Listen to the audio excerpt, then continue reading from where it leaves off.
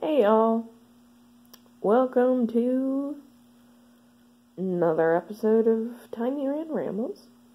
Been a fucking rough day. And so I thought I'd share a few of my coping mechanisms because they're fucking handy dandy and most of the shit you get told in like friggin', mental hospitals or quick little counseling whatever the fucks makes it sound like it's all rattling beads and like, oh, you can just snap and your depression will be gone, and that's bullshit, and that is not truly what most coping mechanisms seriously are. There are some tiny little things like that can help. Like if I'm feeling really fucking out of it, rubbing on a branch or something can help. But that's not the majority of it. And that is only the type of coping mechanism which deals with immediate symptoms. It does nothing to actually, fix the fucking problem. So I thought I'd talk about one of the ones that fixes the fucking problem. So, as y'all, this is going to deal with suicidal thoughts a little bit. Not going to be graphic detail, but, yeah, it's a mentioned thing. So, whenever first of all, I have dealt with feeling suicidal a lot. Just tons, really. And so I truly believe that we are all born knowing pretty much one thing. That one thing is our innate desires. Because, you're a baby. All you know is what's inside your head. And that's what you want. You want food, you want warmth, you want love. Lots of stuff like that. And, wow, I wonder where I was going with that. Fucking should not do videos while tired. But, oh yeah, that's where I was going with it. And so, later we learn logic. And so, emotion is motivation. Emotion is desires, it's motivation, it's the raw value we put on things.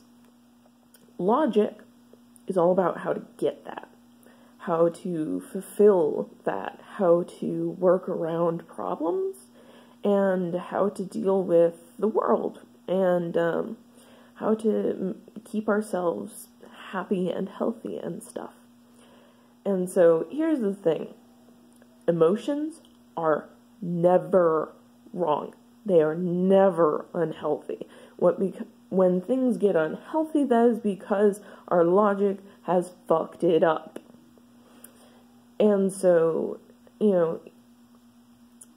here's where my coping mechanism comes in.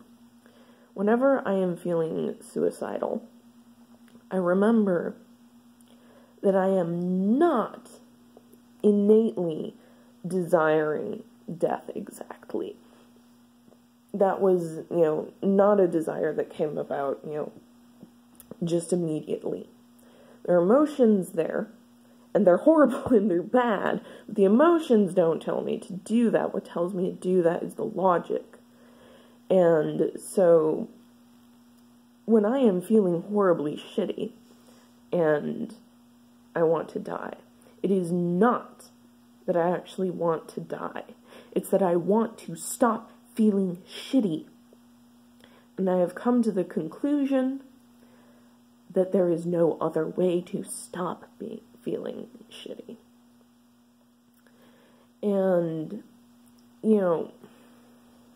a lot of the times people say it's the coward's way out, or it's the easy way out, which is some fucking bullshit. Because we aren't stupid. And we don't, come to these random ass conclusions. We just don't. There are reasons we have gone through shit, and, you know, it's logical.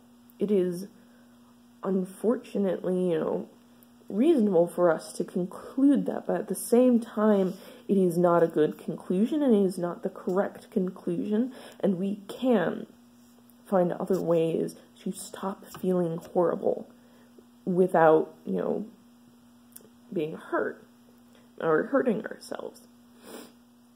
And so whenever I feel suicidal, I remind myself that no, it's not what I desire. What I desire is to feel safe most of the time. Almost all the frickin' time my desire is to feel safe, which may seem contradictory, but when living in constant, absolutely constant terror, you know, sometimes it feels like, maybe I'll just let the danger, you know, overwhelm me. But that's not the correct conclusion. There are things that I actually can do to make myself feel safe. And they're difficult. And healing is absolutely possible, and it's absolutely worthwhile. But it is effort. It is a way of being. When, especially if, you know, it's childhood shit, when, you know, like for me, I cannot remember a time before I experienced PTSD symptoms. I just can't really. And so, you know, you live your life in this state of misery, and you pick up these habits that worked at some point on some level, because, you know, when you have an unhealthy habit or an unhealthy coping mechanism, you have it because at some point it worked for you. It got you what you wanted in some way. And the trick is to recognize that that habit isn't the best way to get what you want. It isn't the best way to live your best life, and to be constantly sort of aware of what you're doing and why you're doing it, which is difficult. It's time-consuming. It takes a lot of energy, but it's absolutely fucking worth it. And so, you know, when I'm feeling horrible and I get those sorts of thoughts, I stop myself and go, okay, what do I want? Why am I feeling this way? Why has my brain concluded that that is the solution? And how can I find other solutions? So, there you go. I will probably talk about others in a later video, but I don't got much storage space on this crappy phone. But anyway, yeah. So, hope that knowledge bomb was helpful for some of y'all.